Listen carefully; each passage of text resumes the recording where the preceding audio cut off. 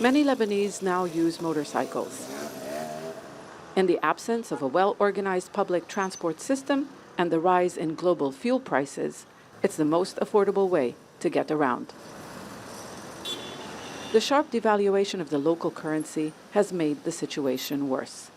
A tank of fuel costs more than the minimum wage, which used to be the equivalent of $450. Now, it's not even worth $20.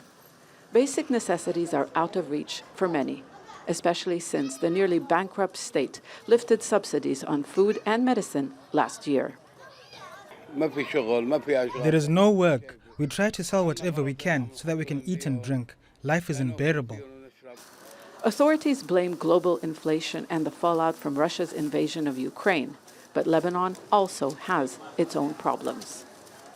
While we have an inflation in Lebanon of 160% as per recent figures. So you have 90% related to the Lebanese inflation, while 10% may be related to the worldwide inflation. This is mainly because of the collapse of the Lebanese pounds. We have been printing lira just to cover for the government expenses. The government is hoping to increase revenues by hiking customs taxes.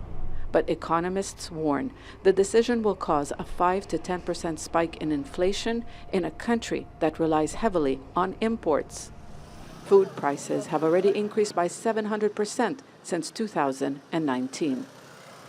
Lebanon is one of the countries worst affected by the rise in global food prices. According to the World Bank, it is second only to Zimbabwe. The situation has deteriorated so much that the World Food Programme says it is planning to feed up to 2 million people. That's a third of the population, including 1 million refugees from Syria. Other aid agencies say they now provide cash assistance instead of focusing on development. A lot of families are not having 2 or 3 meals per day anymore. They're having only 1 meal per day. To be able to afford this 1 meal per day, they have to sacrifice all the rest.